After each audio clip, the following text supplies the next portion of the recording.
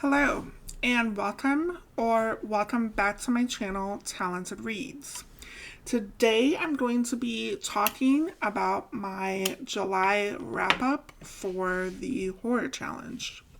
From our lovely graphic, I'm finally in the next section, which is all about monsters. And if you've been following my channel up to this point, you know I do love my monsters. The first subgenre, which I tackled in July, was all about zombies. This is both the undead kind and the infected by a virus kind. A little reminder that this is a mixture of books and movies, both new for me, and then we'll talk about my recommendations. So let's get into it. I read a total of 5 zombie books. First is Zone 1 by Coulson, Whitehead, a pandemic caused by the plague, which has devastated the world. A group of armed forces are attempting to rebuild Zone 1.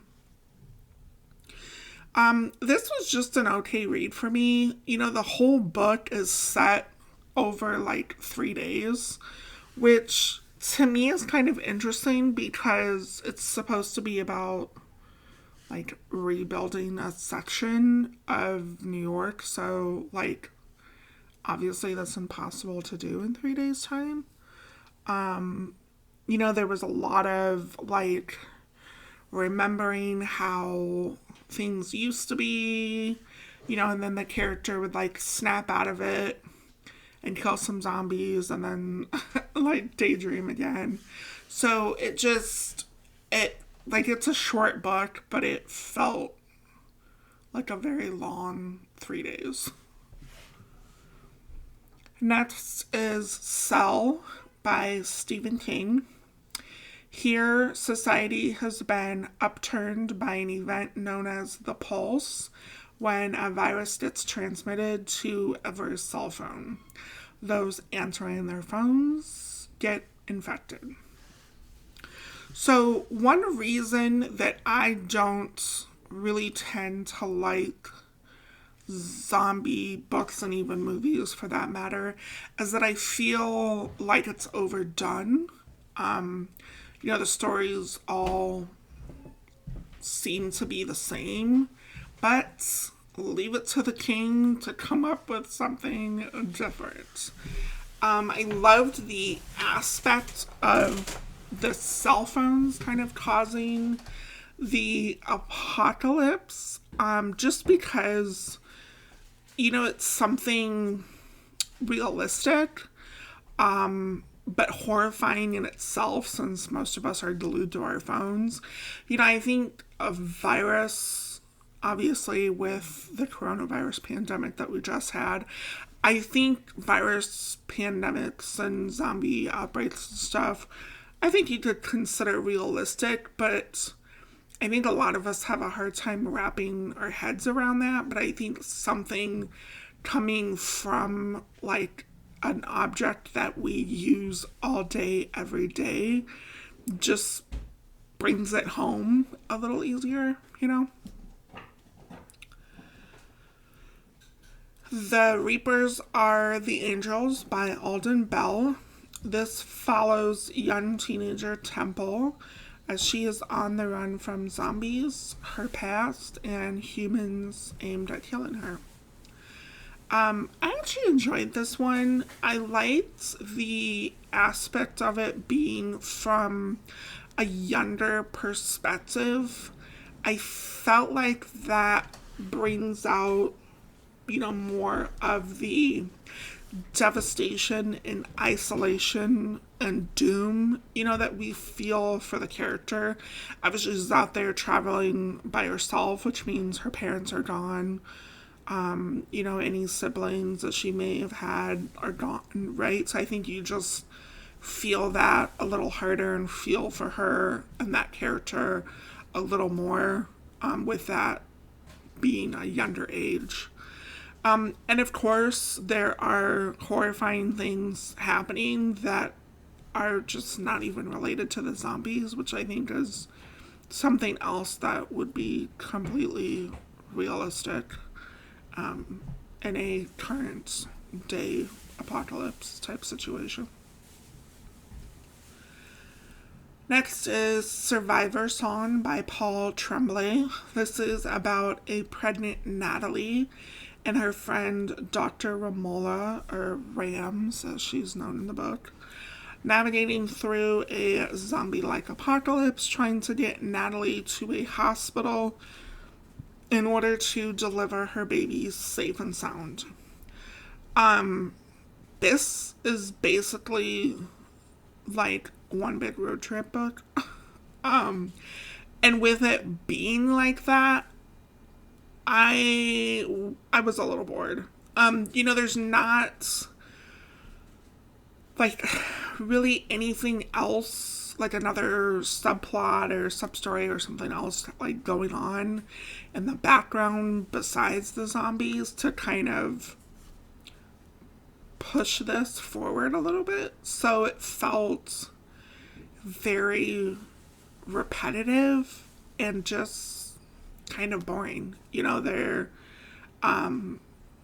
They come across a few different groups of people, but not a lot of interaction to kind of change it up.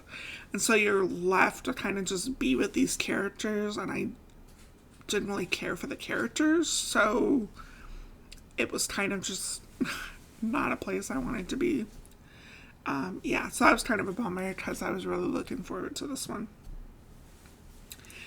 And lastly is The Girl with All the Gifts by Mr Kerry.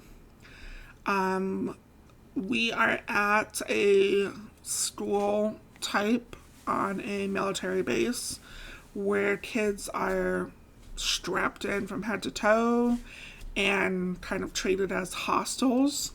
And we come to find out that they are infected, but have been kind of being rehabilitated. They're learning, history like any child would, and they've regained their ability to speak. An event occurs at the base that forces basically everything to be different at the base. The children are kind of unstrapped and are free, and a few survivors band together along with one student named Melanie, and they try to survive the zombies off base.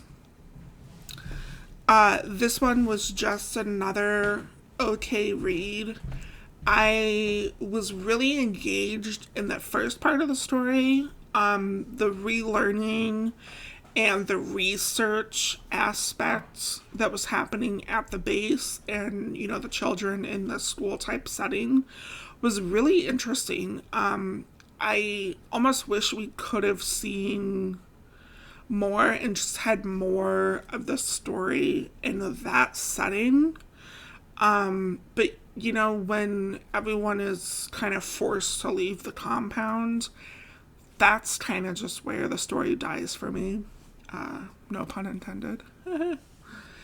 I know this is a series, but I just won't be continuing. The ending, I think, if it's kind of an ending where you don't really have to read the rest of the books if you don't want, you can kind of just be satisfied and leave it be, which is exactly what I'm going to do. So that's it for the books I read. Let's chat about the movies I watched. 28 Days Later follows Jim as he wakes up in a hospital from being in a coma after an accident, and he finds that the hospital is deserted and the world outside is a very different place. It's been 4 weeks since the virus spread throughout the UK, and this movie is just really about a group of survivors trying to navigate through this horrific world. This was an okay movie. It's pretty slow in spots, and I thought it was just a pretty typical zombie movie.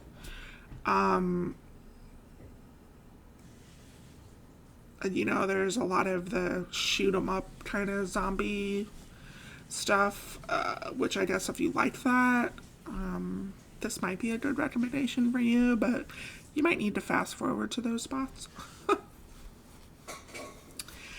Next is Night of the Living Dead, the 1968 film. This is about a group of people who barricade themselves in an old farmhouse to remain safe from a horde of zombies. I struggled with this one. Zombie movies are not normally my kind of thing. I don't gravitate towards those. And then, with it being an older film, you throw old theatrics on top of it, and it just really became not my thing.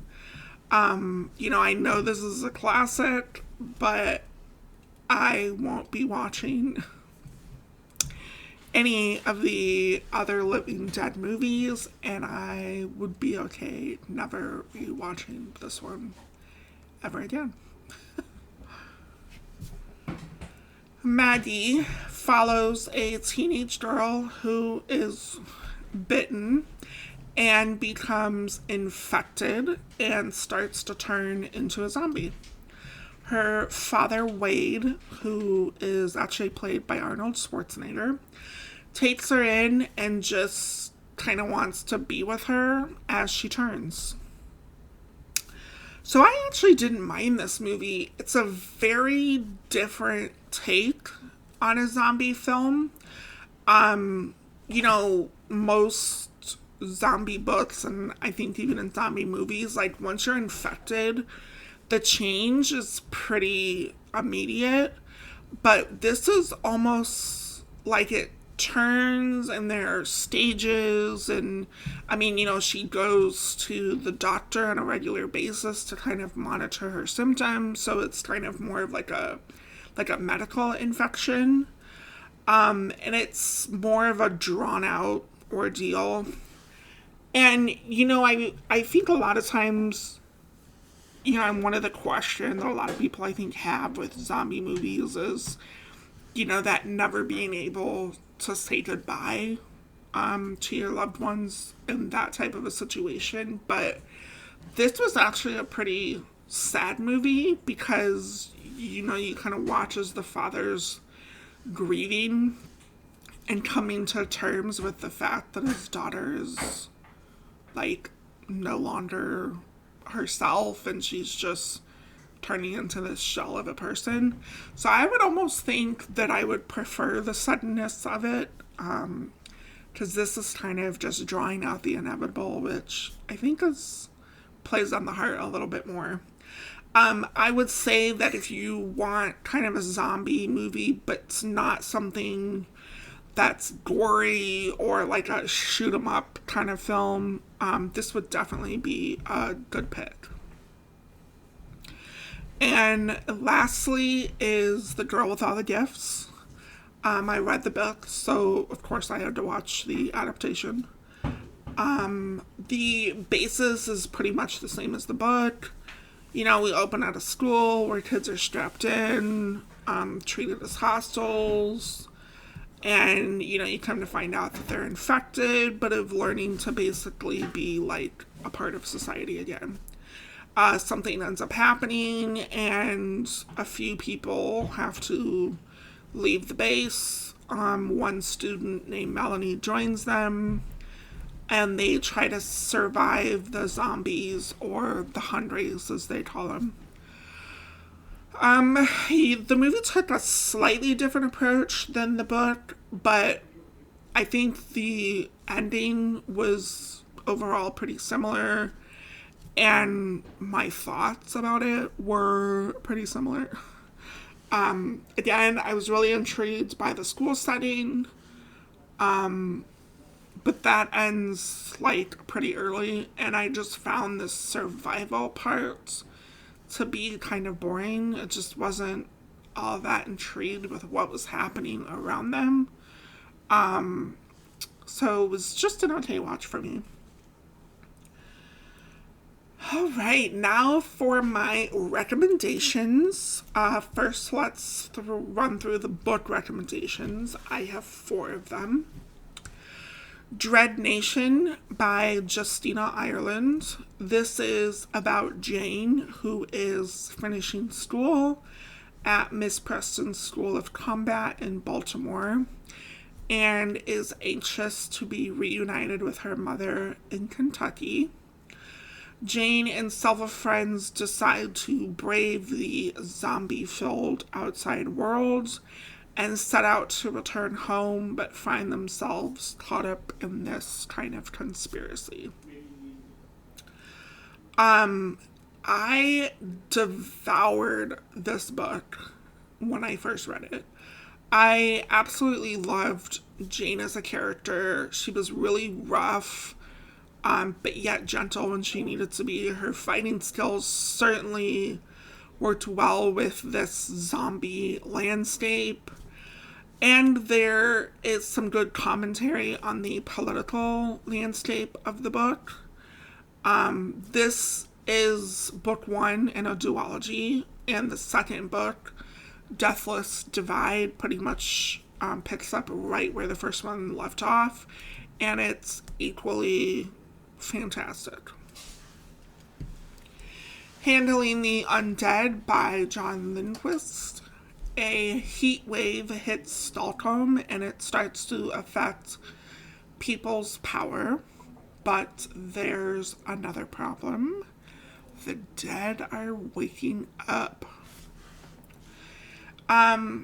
This was a different kind of zombie book that really focused on the atmosphere. And to me, this was almost more unsettling and creepy than a lot of other zombie books that I've read. But yet there's a part of this that is not typically found in most other zombie books, and that's kind of this relationship and the human aspect. You know, as the dead are waking up, it's more about, as the title suggests, handling them. Like, you know, would you not try to do whatever you could to bring your loved one back home, right? So very interesting concept. Feed by Amir Grant is an apocalyptic book about people surviving the zombie outbreak.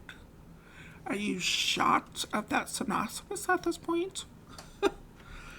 This is a different sort of zombie book, though. It's more of an after effect and kind of living with zombies as this new normal. Social media bloggers Georgia, Sean, and their friend follow a political campaign trail around and report the news.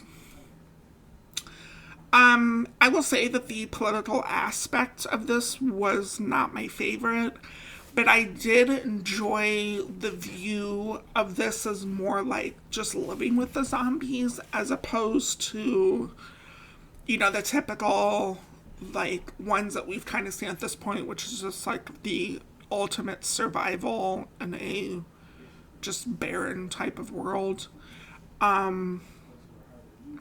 And this is the first book in the News Flesh trilogy.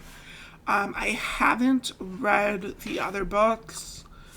I was kind of satisfied where this one left off, so I didn't really feel the need to read the other books. But I do recommend this if you're looking for kind of something new in the zombie genre. And the last recommendation that I have is Pride and Prejudice and Zombies by Seth Grahame-Smith. Are you thinking, why in the freaking world would you include this? Hear me out. For those of us that are not into classic literature, like Pride and Prejudice, and need something horrific to kind of spruce things up, here we have this book.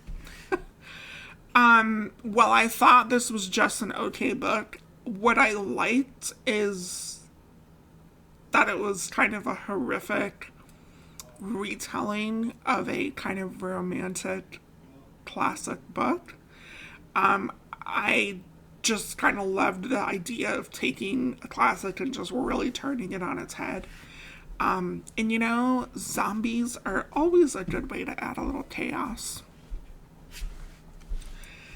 And lastly are my movie recommendations.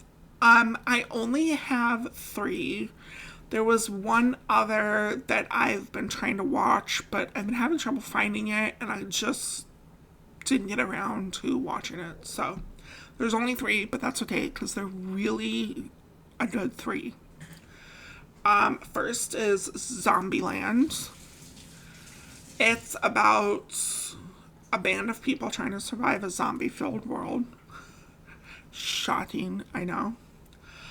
This is more on the comedic side rather than like straight up terror. You know, I mean, it has Emma Stone and Woody Harrelson, so I think it deserves a place on this list. The Crazies is about a town that gets disrupted after a toxic virus is released from a plane crash. As the town descends into madness, a couple, along with a few townsfolk, try to survive. I was actually pleasantly surprised when I first watched this. I think most zombie things are virus related, but I thought that the plane crash part was a little different take on the infection. And I think the stages of the infection were a little different. So that in itself made this like really freaking terrifying. And if you're an oldie fan, he is a sheriff in this movie. So I recommend it just for that. And last on the list is Resident Evil. I would venture to say that when you say zombie, most people think of this movie franchise.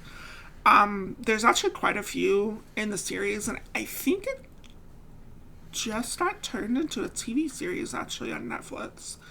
But the first is about a virus that escapes a lab, turning everyone at the Umbrella Corporation into a zombie. And as always, there's a band of people trying to escape. So I will say this is probably my favorite of the zombie movies because there's some good action. There's some good zombie takedowns, some good shoot 'em up in the head kind of action.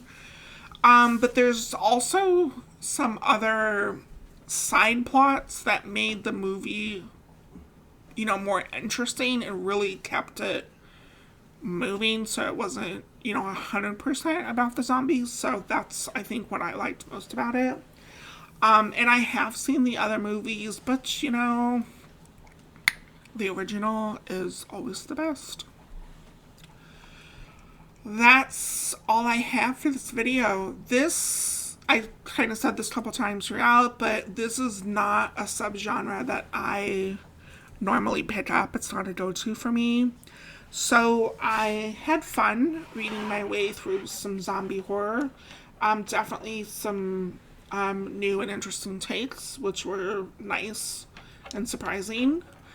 Drop a comment below and let me know what your favorite zombie books and or movies are. Next month is August. Actually, this month is August, but next in the... Anyways. I'm excited for August, where I'm reading vampires. Yay! Vampires are my favorite. So, yeah, I'm very excited for that. Alright, thanks for watching, and I'll see you in my next video. Bye.